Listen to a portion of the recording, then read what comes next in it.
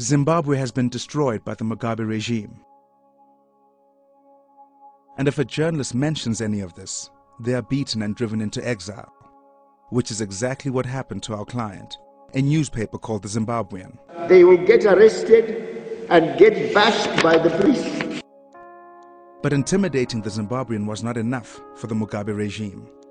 They declared the paper a luxury and put a tax on it in foreign currency that makes it unaffordable for the average, impoverished Zimbabwean. This is a dictatorship that stays in power by printing money and crushing freedom of speech. To get the paper into Zimbabwean hands, it needs to be subsidized, and our client can only do that by raising awareness and driving sales outside Zimbabwe. So we developed a unique solution. One of the most eloquent symbols of Zimbabwe's collapse is the Zim $1 trillion note, a symptom of their world record inflation. This banknote and the dizzying escalation of notes that preceded it cannot buy anything, not even a loaf of bread, and certainly not any advertising. But it can become the advertising. We took this useless currency, cheaper than paper, and printed our messages all over it. The money became the media.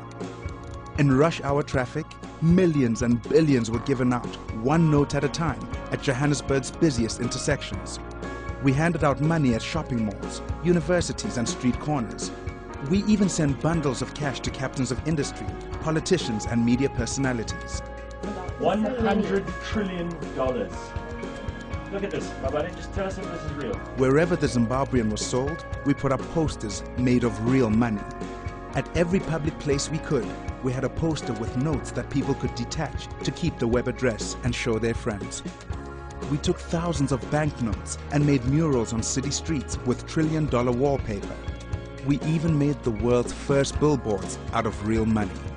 Overnight, trillions of dollars of Zimbabwean notes achieved what they'd never been able to buy: real and meaningful advertising coverage.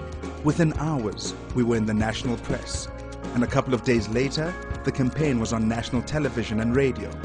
And then the internet discovered it, and it spread across the world.